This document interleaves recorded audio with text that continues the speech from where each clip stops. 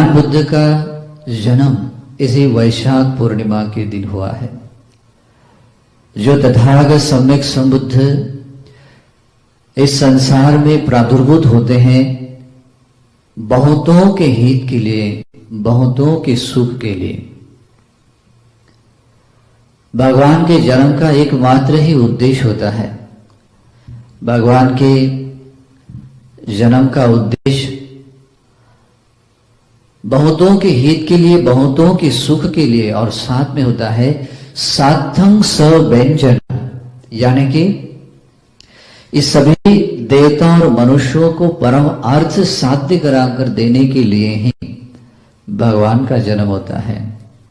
और परिपूर्ण रूप से धर्म की देशना, यानी कि एक सर्वज्ञता ज्ञान से जो निर्वाण का मार्ग होता है, उस निर्वाण के मार्ग को बताने के लिए भगवान का जन्म होता है। और इसलिए भगवान बुद्ध संसार में जब पारमिताओं को पूरा करते हैं तो उनके पीछे भी यही एक भाव, ये करुणा। ये माइक ठीक से नहीं हो रहा, हेलो, इसको हटा दो।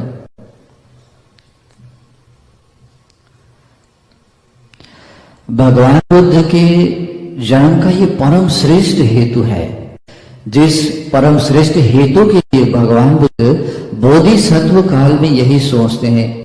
जैसे कि दीपंकर भगवान के काल में जब वे सुमेध बोधिसत्व रहते हैं, वो चाहते तो थोड़े ही समय में अरहंत बन सकते थे। उनकी पुण्य पारमिताएं इतनी परिपक्व थी कि अगर चाहते तो बहुत ही कम समय में, जैसे चुटकी बजाने का जितना समय होता है उतने कम समय में अरहंत बन सकते थे। ऐसे व्यक्ति को कहते हैं उद्घटितन्यु, यानी कि भगवान के श्रीमुख से कोई वचन निकलता है, आधा ही वचन निकलता है। यानी कि जैसे कोई गाथा है तो उस गाथा को आधी गाथा ही बोलने के बाद में धर्म का अवबोध होता है। इतनी परम तीक्ष्ण जिनकी प्रज्ञा होती है, ऐसे प्रज्ञावान पुण्य पारमिताओं से भरे हुए व्यक्ति थे और पल भर में ही अरहंत बन सकते थे। लेकिन उन्होंने सोचा हम सभी लोगों के प्रति अनुकंपा, दया, करुणा रखते हुए जो निर्वाण के द्वार में जो कदम रखना था उस कदम को पीछे लिया। और उन्होंने सोचा अरे ये जो अनंत संसार में जो प्राणी जन्म लेता है, बूढ़ा होता है, मरता है, इस संसार चक्र में, दुख चक्र में भ्रमण करने वाले जीव सत्वों को मैं भी ऐसे ही भव पार करने वाला बनूंगा, सारे दुखों से मुक्त कराने वाला बनूंगा। तो ये मेरे लिए कितने सौभाग्य की बात है। तो मैं अकेला मैं निर्वाण को प्राप्त करूं या अननोन होकर मैं ऐसे निर्वाण नगर में प्रवेश करूं, ये मेरे लिए शोभनीय बात नहीं है। तो क्यों न मैं इस सभी प्राणियों को इस भव संसार से पार कराता हुआ मैं सम्यक संबुद्ध बनूं। देखिए भगवान बुद्ध की करुणा। एक महाबोधिसत्व रहते समय एक अरहंत बनने के द्वार पर खड़े थे, लेकिन हम लोगों के प्रति दया करते हुए, हम लोगों के प्रति अनुकंपा करते हुए वो जो उठाया हुआ कदम वो पीछे लेते हैं और मनसीकार करते हैं कि मैं भी इन दीपंकर सम्यक संबुद्ध की तरह बनूं। जो सम्यक संबुद्ध स्वयं निर्वाण प्राप्त है, स्वयं अरहंत है और दूसरों को भी निर्वाण पाने के लिए धर्म की देशना देते हैं। स्वयं इस सारे संसार दुखों से मुक्त है और दूसरों को भी इस भव संसार से पार कराने के लिए धर्म की देशना देते हैं। अरे मैं भी क्यों ना ऐसा बनूं।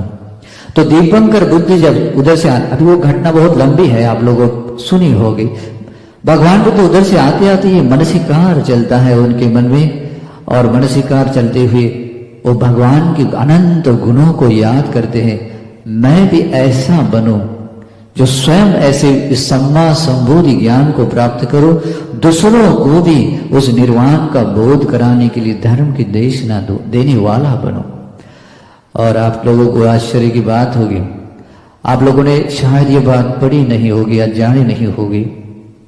ये जो विचार है कि मैं स्वयं अरहंत बनूं और दूसरों को भी अरहंत बनने के लिए लोगों को धर्म की देशना दूं, मैं स्वयं निर्वाण को प्राप्त करूं, दूसरों को भी निर्वाण का रास्ता बताऊं, ये जो विचार है भगवान अपने बोधिसत्व के मन में सिर्फ दीपंकर भगवान के समय में ही नहीं आया था। ये घटना, ये विचार उनके मन में आया था 20 असंख्य 1 लाख कल्प पूर्व, बहुत लंबा समय पहले, 20 असंख्य 1 लाख कल्प पूर्व यही विचार उनके मन में आया था। और इसी विचार से वे अपने जीवन में बहुत अच्छे कर्म करते करते आ रहे थे, पुण्य पारमिताओं को बढ़ाते बढ़ाते आ रहे थे। जब आज से 16 असंख्य 1 लाख कल्प पूर्व जब दीपंकर सम्यक संबुद्ध महाबोधिसत्व, जैसे सुमेध बोधिसत्व बने थे, वैसे दीपंकर बोधिसत्व 16 असंख्य 1 लाख कल्प पूर्व बने थे। उस समय में कुछ कर्म के विपाक स्वरूप अपने महाबोधिसत्व स्त्री भाव में उनका जन्म हुआ था। और उस बोधिसत्व को देखकर मन में आता है कि अरे मैं भी ऐसा बनूं, मैं भी लोगों को भव पार कराने वाला, स्वयं भव पार हुआ व्यक्ति बनूं। लेकिन बोधिसत्व के पास जाने के बाद वो कहते हैं कि महाबोधिसत्व स्त्री भाव में कोई व्यक्ति नहीं बनता है। उस व्यक्ति को अपने स्त्री भाव से बाहर आकर उस तरीके के पुण्य करने पड़ते, वही सभी गुणधर्म होने जरूरी है। बहुत दुख होता है, अरे काश मुझे वो ये गुणधर्म मेरे पास होते तो आज ये दृढ़ अधिष्ठान के साथ मैं भी ऐसा कुछ करता। और ऐसे सोचते हुए तब से अधिष्ठान करते हैं, बहुत पुण्य करते हैं, दान शील भावना उपोषण आदि सभी पुण्य क्रियाओं को करते हुए अगले वर्ष में वो अपने स्त्री भाव से मुक्त होकर पुण्य पारमिताओं करते हैं। और 4 असंख्य 1 लाख कल्प पूर्व काल में सुमेध बोधिसत्व के रूप में उनका जन्म होता है। और देखिए आश्चर्य की बात, पुण्य जैसा होता है, उस पुण्य के अनुभव से जब भगवान बुद्ध को देखते हैं, खास करके तो उससे भी पहले जब बुद्ध शब्द उनके कान में आता है, वो उस व्यक्ति को कहता है तो बुद्ध ही कह रहा है ना, तो कहते हाँ मैं बुद्ध ही कह रहा हूं। उस रम्य नगर में भगवान दीपकर सम्यक संबुद्ध आने वाले हैं। वो जब बुद्ध शब्द कान में शब्द आता है, उसके हृदय में बहुत श्रद्धा जागती है, सारा शरीर प्रीति से भर जाता है और उसके हृदय गदगद होकर कहता है तो बुद्ध ही कह रहा है, बहुत अच्छा है। और इस कारण से भगवान की सेवा में स्वयं भी वो रास्ता साफ करने के लिए वो भी प्रयास करते हैं। और ऐसे प्रयास करते हुए थोड़ा रास्ता बचा रहता है और उसी समय दीपंकर सम्यक संबुद्ध आते हैं। भगवान भगवान होते हैं, हमारे जैसे नहीं होते हैं। भगवान और अनंत गुणधारी होते हैं। इस अनंत ब्रह्मांड के सभी जीव सत्वों में सर्वश्रेष्ठ होते हैं, सर्वज्ञ होते हैं। तो भगवान अपने शरीर से बुद्ध रश्मियों को फैलाते हुए, जैसे आप जो धम्म ध्वज में जो बुद्ध रश्मियां देखते हैं, ऐसे बुद्ध रश्मियों को फैलाते हुए सौम्य गजराज हस्तिराज की तरह सौम्य गति से चलते हुए आते हैं। और उस समय अपने गौतम बुद्ध सुमेध बोधिसत्व के रूप में वहां जो कीचड़ में लेटते हैं, इसी भाव से कि भगवान अगर मेरे से ऊपर से चले जाएंगे, भगवान के पैर को ये कीचड़ नहीं लगना चाहिए, ऐसे जाएंगे तो मेरे लिए बहुत हितकर होगा। लेकिन ऐसे लेटे हुए रहते समय यही भाव, यही सोचते हैं, जैसे मैंने अभी कहा, वो चाहते तो एक भगवान का एक छोटा उपदेश सुनने मात्र से भी अरहंत बन सकते। और वो भी कहते हैं खुद को, अगर मैं चाहूं तो मैं अभी अरहंत बन सकता हूं, लेकिन ऐसे अपरिचित रूप में अरहंत बनो, ये मेरे लिए शोभनीय नहीं है। जैसे ये भगवान बुद्ध ने, ये सम्यक संबुद्ध ने स्वयं निर्वाण पाया है और इस सारे देवता मनुष्यों को निर्वाण पाने के लिए रास्ता बताया है। ऐसे लोक कल्याण करने वाले महान कारुणिक भगवान की तरह मैं भी बनूं, ये विचार साधारण नहीं था। और इसी विचार के कारण वो दृढ़ अधिष्ठान करते हैं कि मैं भी सम्यक संबुद्ध बनने वाला बनूं। और भगवान देखते देखते उनके पास आते हैं, उनके सिर के पास खड़े रहते हैं और सभी लोगों को संबोधित करते हुए कहते हैं भिक्षुओं, इस महापुरुष को देख रहे, इस उग्र तपस्या करने वाले, उस समय ऋषि बने हुए होते हैं, इस उग्र तपस्या करने वाले इस ऋषि को देख रहे हैं ना? वो कहते हैं हाँ भगवान देख रहे हैं, ये कोई साधारण व्यक्ति नहीं है, ये सम्मा संबोधि ज्ञान प्राप्ति की दृढ़ कामना से यहां लेटा हुआ है और ये बुद्धांकुर है। आज से 4 असंख्य 1 लाख कल्प के बाद, आज से 4 असंख्य 1 लाख कल्प के बाद जम्बूद्वीप में, इसी जम्बूद्वीप में गौतम नामक सम्यक संबुद्ध के रूप में उनका जन्म होगा। और आदि रूप से उनकी सारी भविष्यवाणी बताते हैं, उनके अग्रश्रावक कौन होंगे, उनका जन्म किस जगह पर, उनके माता पिता कौन होंगे, उनका सेवक कौन होगा, उन आदि रूप से सारा बताते हैं। और ऐसा कथन सुनने के बाद सुमेध बोधिसत्व सोचते हैं बुद्धों का वचन कभी खाली नहीं जाता, सम्यक संबुद्ध कभी असत्य नहीं बोला करते हैं। जैसे ऊपर फेंका हुआ एक डंडा या कोई पत्थर नीचे गिरना जैसे निश्चित होता है, वैसे ही भगवान बुद्ध का वचन सिद्ध होना निश्चित होता है। और इस प्रकार से बहुत ही हर्षित होते हैं कि भगवान का वचन सत्य है और इस सत्य वचन से मेरी जो प्रार्थना है वो सिद्ध होने वाली है। और इस भाव से बहुत गदगद हो उठते हैं। और बाद में वे दीपंकर सम्यक संबुद्ध कुछ, और विशेष बात यह भी है उसी समय में वो जो सुमित्रा नाम की उपासिका परिव्राजिका होती है, उसने कुछ कमल के फूल लाए थे, उसमें से कुछ फूल सुमेध बोधिसत्व को देते हैं कि भगवान की पूजा करो, और स्वयं भी अपने कुछ पुष्प भगवान के चरणों में रखकर वंदना करते हैं।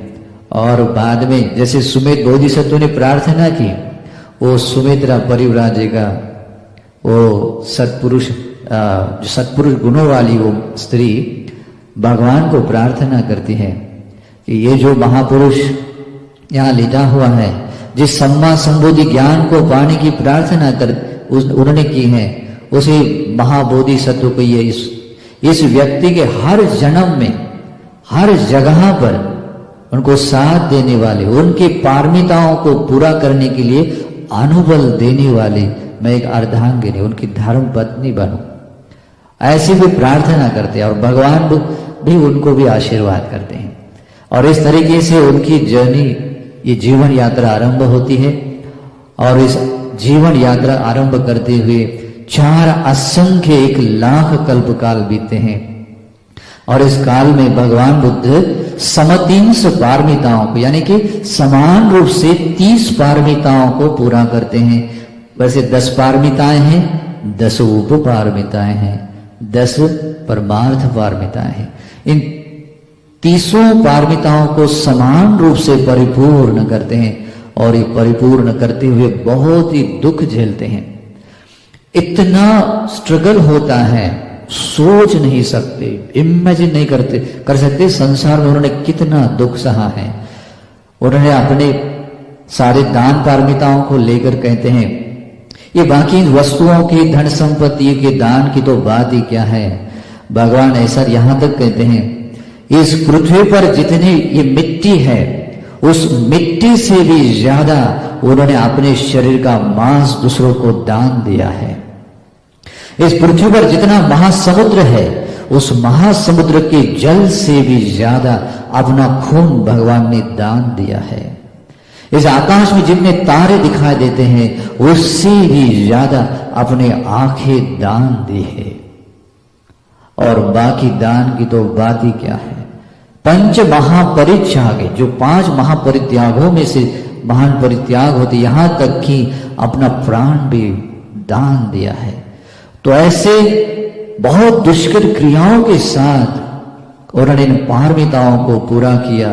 उनको अपना प्राण प्रिय नहीं था ऐसा नहीं है, उनको अपनी आंखें प्रिय नहीं थी ऐसा नहीं है।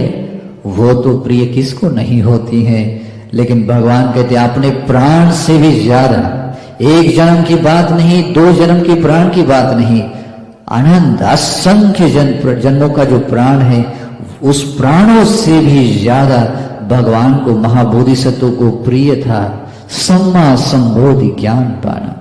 और वो सम्मा संबोधि ज्ञान पाना यानी क्या था?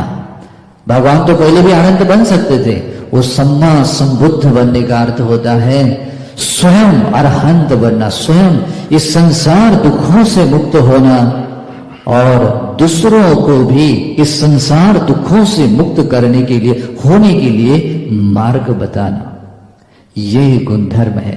इस कारण से ही भगवान बुद्ध को महावीर कहते हैं। भगवान बुद्ध को महावीर इसी कारण से कहते हैं कि उनके जैसा वीर कोई संसार में नहीं है। और भगवान बुद्ध को और एक गुण आता है, महाकारुणिक गुण आता है। ये महाकरुणा, भगवान के बोधिसत्व रहते समय ऐसी करुणा रखते हैं, इस सारे जीव सत्वों को भव पार कराने के लिए इतना दुख सहन करते हैं। तो ये किसके लिए था पता है? भगवान बुद्ध की, गौतम बुद्ध की अनुकंपा किस पर है? हम लोगों पर है। तो भगवान बुद्ध ने इतना जो स्ट्रगल किया, इतना दुख सहा है, किसके लिए? हम लोगों के लिए। हम लोगों के लिए इतना सारा दुख सहा है और इतनी लंबी जर्नी करते हुए पारमिताओं को पूरा किया है। आप लोगों को लगता है कि ये छोटी सी चीज है, दूसरों को दान दिया, इतने से होगा? नहीं। इन पारमिताओं की बोधिसत्व चर्याओं को देखते हैं तो ऐसे रोंगटे खड़े हो जाते हैं। और इतना दुख सहते हुए दुष्करता के साथ भगवान बुद्ध ने सभी पारमिताओं को पूरा किया।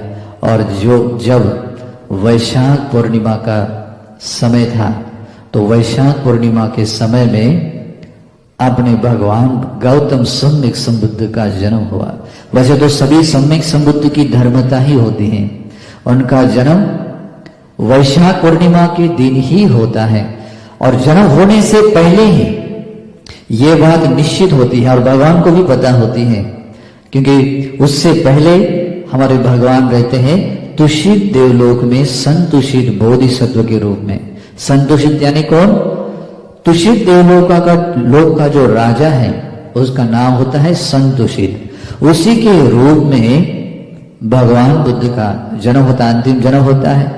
और जब भगवान का जन्म होने का, मनुष्य लोक में आने का समय होता है, तब इस 10,000 ब्रह्मांड के सभी देवता लोग उनके पास आकर हाथ जोड़कर उनको याचना करते हैं।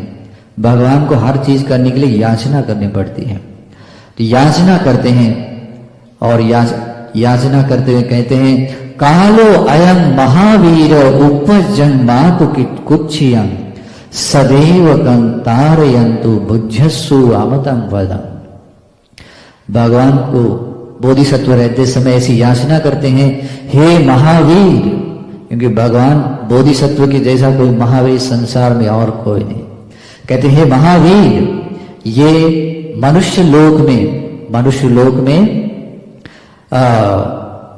में जन्म ग्रहण करते, माता के गर्भ से जन्म ग्रहण करके सम्मा संबोधि ज्ञान प्राप्त करके दूसरों को भी निर्वाण का मार्ग बताने का सही समय आ गया है। कालो अयन महावीर उपजन मातु कुछ, माता के गर्भ से मनुष्य लोक में जन्म लेने का सही समय आया है। और भगवान की एक विशेषता है, बोधिसत्व की विशेषता है कि भगवान एकदम से उस याचना को स्वीकार नहीं करते हैं। वो 5 चीजों को देखते हैं, अपने माता को देखते हैं, अपने कुल को देखते हैं। माता को महामाया देवी के रूप में चूज करते हैं, कुल के रूप में शुद्धोधन राजा के कुल को शुद्धोधन राजा पिता के रूप में देखते हैं। द्वीप के रूप में जम्बू द्वीप को चूज करते हैं। जम्बू द्वीप भी बहुत बड़ा होता है, तो मध्य जम्बू द्वीप चूज करते हैं। मनुष्य का आयु प्रमाण देखते हैं, आदि आदि ये सब चीजें देखकर भगवान मनुष्य लोक में आते हैं। और मनुष्य लोक में जो भगवान का जन्म होता है तो सारे देवता लोग, सारे सभी लोग, प्रकृति में भी इतने सारे शुभ लक्षण प्रकट हो जाते हैं भगवान के जन्म से। अब ये बात हम लोगों के लिए समझ में नहीं आएगी, लेकिन यही धर्मता होती है। भगवान के जन्म से जो लोग अंधे थे उनको आंखें मिली थी, जो कान से बहरे थे उनको सुनने में आ रहा था, जो रोगी थे वो निरोगी बने थे, जो चलने फिरने में मुश्किल जिनको था वो चल फिर सकते थे, जो बंधनों से बंधे थे वो बंधन से मुक्त हो गए। ऐसे 80 लक्षण प्रकट हुए थे। कितने? 80 लक्षण प्रकट हुए थे। साधारण बात नहीं, भगवान के खाली आने से ऐसा अद्भुत आश्चर्य होता है। और इसी कारण से भगवान ने भी ये बात कही है, जब कभी संसार में भगवान आते हैं तो भगवान बुद्ध का आना वे सबके हित के लिए होता है, सबके सुख के लिए होता है। इसलिए भगवान कहते हैं सुखो बुद्धानंग उत्पादो, बुद्धों का उत्पाद बहुत सुखा हुआ होता है, सुखकर होता है, सबके हित सुख के लिए होता है। और देवता लोगों को पहले ही पता होता है कि यही एक व्यक्ति है जो व्यक्ति वज्रासन बोधि मंड पर विराजमान होकर सम्मा संबोधि ज्ञान